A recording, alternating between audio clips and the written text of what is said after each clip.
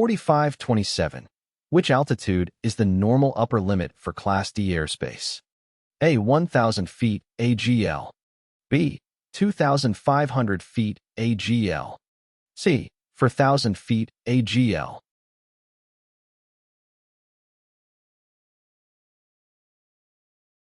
The correct answer is B. According to the FAA's Aeronautical Information Manual, AIM, Class D airspace is defined as Class D airspace. Airspace from the surface to 2,500 feet above the surface surrounding those airports that have an operational control tower. The configuration of each Class D airspace area is individually tailored, and when instrument procedures are published, the airspace will normally be designed to contain the instrument approach procedures. Class D airspace is typically found around small to medium-sized airports that have an operational control tower. The purpose of Class D airspace is to provide a safe and efficient environment for aircraft operations. The upper limit of Class D airspace is 2,500 feet AGL. This altitude is chosen because it provides adequate obstacle clearance and allows for efficient use of the airspace. It is important to note that the upper limit of Class D airspace may be different at some airports. In some cases, the FAA may authorize a higher upper limit if it is necessary to protect the safety of aircraft operations. 4539. What minimum aircraft equipment is required for operation within Class C airspace?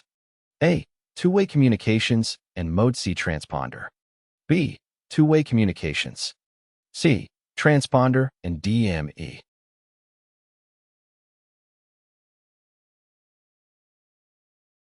The correct answer is A. According to the FAA's Aeronautical Information Manual, AIM, the minimum equipment requirements for operation within Class C airspace are two-way radio communication, Mode C transponder with automatic altitude reporting. It is important to note that these are the minimum requirements. Some airports may have additional requirements, such as a transponder with altitude reporting capability above FL 180. It is also important to note that the FAA may authorize an aircraft to operate in Class C airspace without the required equipment if the aircraft is operated in accordance with a letter of agreement, LOA, or other special arrangement with the controlling agency. 4518. What is the minimum flight visibility and distance from clouds for flight at 10,500 feet with a VFR-on-top clearance during daylight hours? Class E airspace. A. 3 sm, 1,000 feet above, 500 feet below, and 2,000 feet horizontal. B. 5 sm, 1,000 feet above, 1,000 feet below, and 1 mile horizontal. C. 5 sm, 1,000 feet above, 500 feet below, and 1 mile horizontal.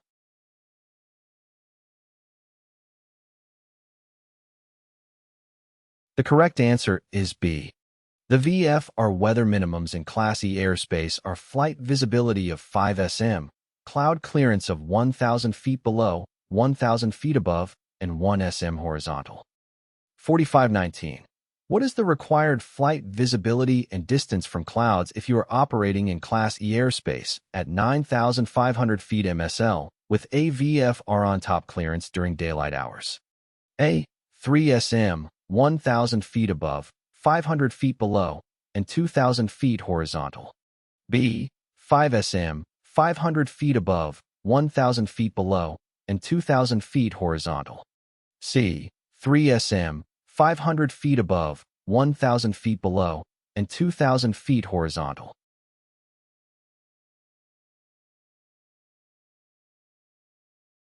The correct answer is A.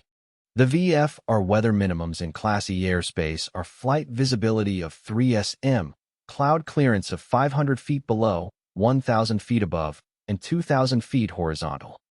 4520. What is the minimum in-flight visibility and distance from clouds required for a VFR-on-top flight at 9,500 feet MSL, above 200 feet AGL, during daylight hours in Class E airspace? A. 2,000 feet, 1,000 feet above, 2,000 feet horizontal, 500 feet below. B. 5 miles, 1,000 feet above, 2,000 feet horizontal, 500 feet below. C. 3 miles, 1,000 feet above, 2,000 feet horizontal, 500 feet below.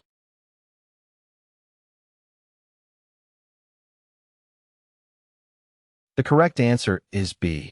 The minimum in-flight visibility and distance from clouds required for a VFR-on-top flight at 9,500 feet MSL, above 1,200 feet AGL, during daylight hours in Class E airspace is 3 miles, 1,000 feet above, 2,000 feet horizontal, and 500 feet below.